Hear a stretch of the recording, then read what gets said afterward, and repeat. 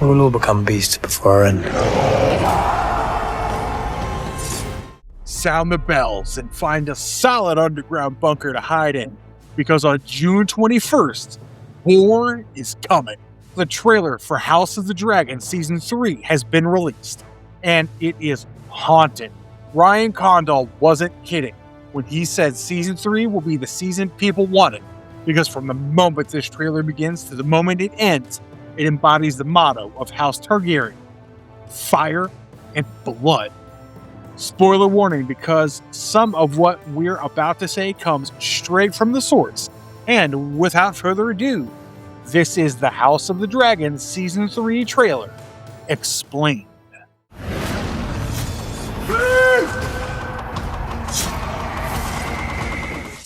The Battle of the Gullet. Let's begin by talking about the battle that the ending of Season 2 set up, which we will see at the beginning of Season 3. That's the Battle of the Gullet, and this isn't what opens the trailer for the House of the Dragon Season 3, but it might just open the season itself. After we witness a rare, cordial interaction between Rhaenyra and her husband, we get a shot of her standing in the chamber of the painted table. Behind her are the empty seats, because this is not an official meeting of the Black Council. This is an informal meeting between Rhaenyra and her heir. Rhaenyra looks back at Jacaerys Velaryon as though he said something she can no longer ignore, and we then get a shot of two dragons flying past a Valyrian ship as sailors cheer them on. Notice that both these dragons are green. Jacaerys and Baela Targaryen will be joining the Battle of the Gullet after fighting for the right to be there, and this is their moment to prove that they're worthy successors. The Gullet is the entrance to Blackwater Bay, which in turn is the entrance to King's Landing via the sea. In Season 2, Tywin Lannister, the Master of Coin for the Greens, secured an alliance with Daemon and Corlys Velaryon's old enemies, the Triarch. Since the Gullet's blockade is being held by Valyrian ships, it's safe to assume that the people they're fighting in that shot from the trailer are Shirako Lohar's men. Jace has been itching for a chance to show his mother what he's capable of, and he finally has it. But will he succeed, or will he succumb to his own family words? We'll find out come June 21st.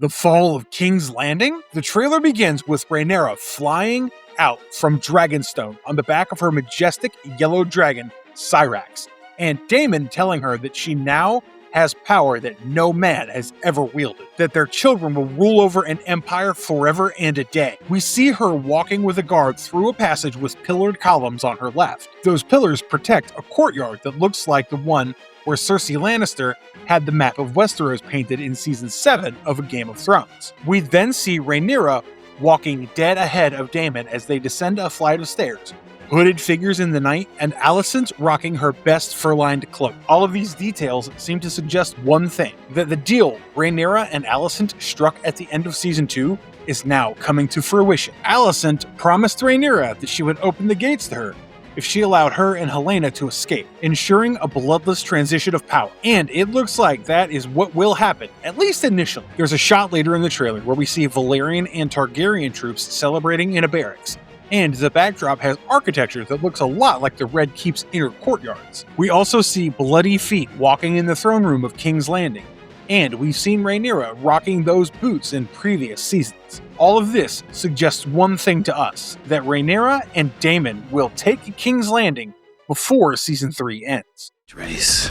We act with holy purpose. The last loyal man, Ormund Hightower's speech. While the Blacks angle to take the capital, the Greens will be focused on getting their own back in the South. When Aegon declared this war, his counselors were hopeful that all houses west and south of King's Landing would take up arms for them, but that hasn't been the case. In the Reach, which is supposed to be Hightower country, several nobles have risen up against them. The Lords Paramount of the Reach, the Tyrells, have wisely decided to stay neutral in this conflict, because they know its outcome will shape the future of Westeros, and they don't want to get caught supporting the wrong side. With houses like Beesbury's and Tarleys continuously raiding their territories, the Hightowers made the executive decision of taking point on this campaign, and Ormond is just the man to do it. Despite being surrounded by soldiers on all sides, he takes up the most space in every scene he's in. He's at the front lines during an engagement the Hightower troops are preparing for, which is most likely the Battle of the Honeyline, one of the first battles of the Southern Theater. He's giving a speech about the Greens being infused with holy purpose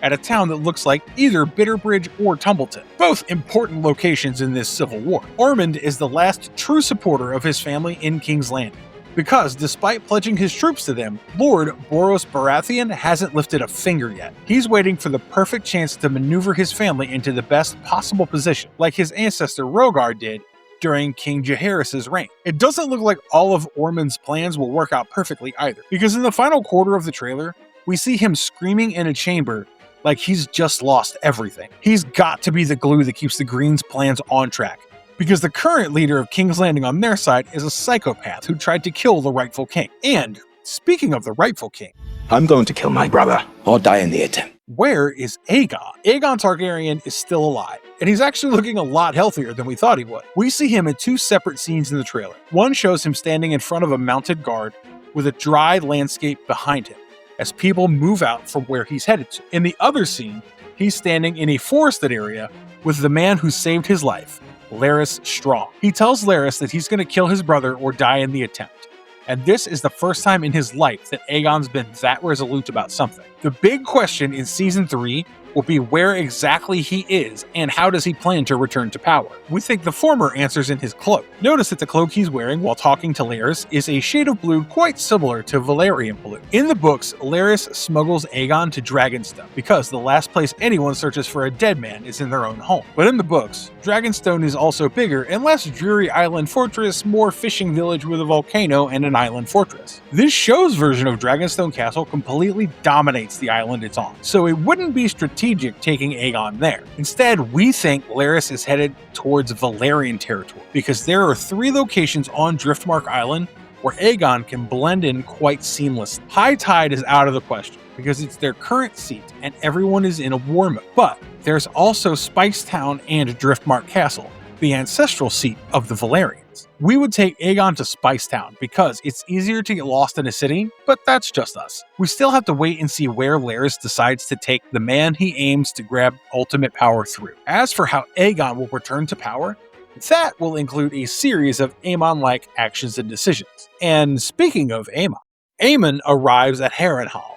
Are we getting Daemon versus Aemond? Aemond Targaryen seems to be alienating everyone in his inner circle with his haughty temper. We get one shot of him sitting on the Iron Throne in the trailer, and it's the only one where he's actually in King's Landing. For the rest of the trailer, Aemond goes to war personally, because he believes it's his destiny and birthright to rule, and he wants the glory as well. At the end of Season 2, Aemond declared his intention to take Harrenhal, because he believes Daemon and his forces are stationed there. It's a decent strategy, no doubt, and while Criston Cole doesn't agree with it, he has no choice in the matter. He backed Aemond becoming leader of the Greens, and now he has to live with the consequences. We see Vhagar landing in the inner courtyard of Harrenhal as Sir Simon the Strong, the Castellan, runs for his life. We also witness Aemond in full armor for the first time, which is both exciting and slightly disappointing because we've read the books and his armor isn't night black or chased with gold. He tells someone to draw their sword, walks around Harrenhal with his own sword drawn and bloody, and there's a shot where a man in dragon armor fights off multiple Targaryen guards. We initially thought that that's Daemon,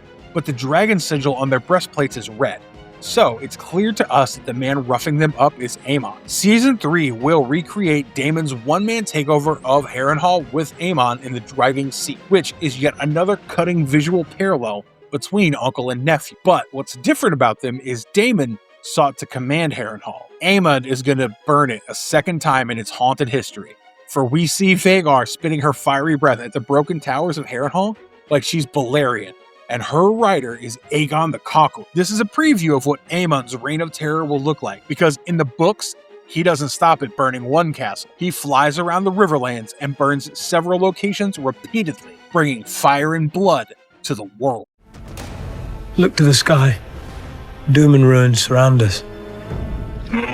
Riverland battles and Criston the Gaunt. We know that Daemon is going to fight at least one battle in Season 3. We get a shot of him sitting on Caraxes as a bunch of soldiers show up to join their ranks. We know they're joining because if they were hostile, Daemon's party would have annihilated, and this seems to be the moment where the Black's Riverlands contingent merges with the Winter Wolves Cregan Stark sent at the beginning of Season 2. We get a couple of epic shots of the Winter Wolves slamming their shields in the trailer, and the bearded man in the middle could only be Roddy Red Ruin, whom we can't wait to talk about once the season drops. There are several battles in the Riverlands, both before and after Daemon's departure in the books, but the one he'll be involved in most likely is the Battle of the Red Fork. This battle takes place before the Winter Wolves arrive, and while Daemon's presence there isn't confirmed in Martin lore, the show will want to give him a few badass moments as a war commander before he flies off to King's Landing and his wife. The Red Fork is a key strategic crossing as it borders the Westerlands,